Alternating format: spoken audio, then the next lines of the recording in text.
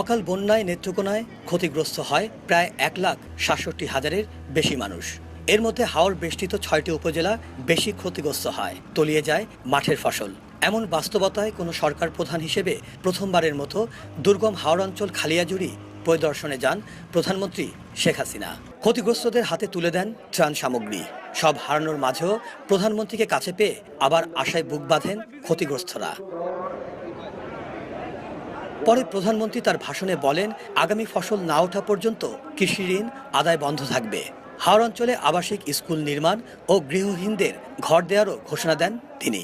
কৃষি ঋণ যারা নিয়েছেন তা আদায় বন্ধ থাকবে যতক্ষণ পর্যন্ত না পরবর্তী ফসল না ওঠে। কৃষি ঋণের যে সুদ, সেই সুদের টাকাটা আমরা সম্পূর্ণ মাফ করে দিয়েছি। কতজন মানুষ গৃহহারা, ভূমিহীন, তার তালিকা করে বিনা পয়সায় তাদেরকে আমরা ঘর তৈরি করে দেব।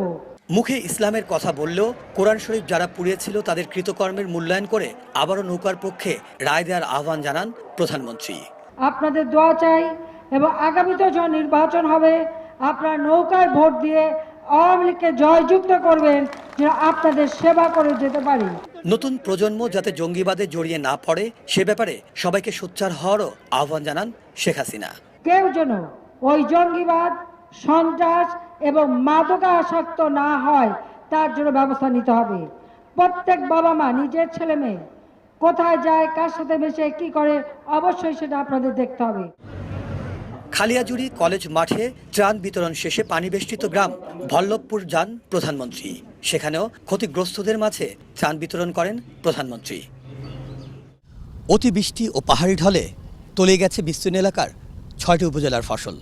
সব হারিয়ে যখন দেশেহারা কৃষক, তখন ত্রাণ কার্যক্রমের মাধ্যমে এখানকার কৃষককে বাঁচিয়ে রাখার চেষ্টা করছে সরকার। তবে এমন একটি বিচ্ছিন্ন দ্বীপে প্রধানমন্ত্রীর সরাসরি উপস্থিতি আবার নতুন করে স্বপ্ন দেখাচ্ছে তাদের।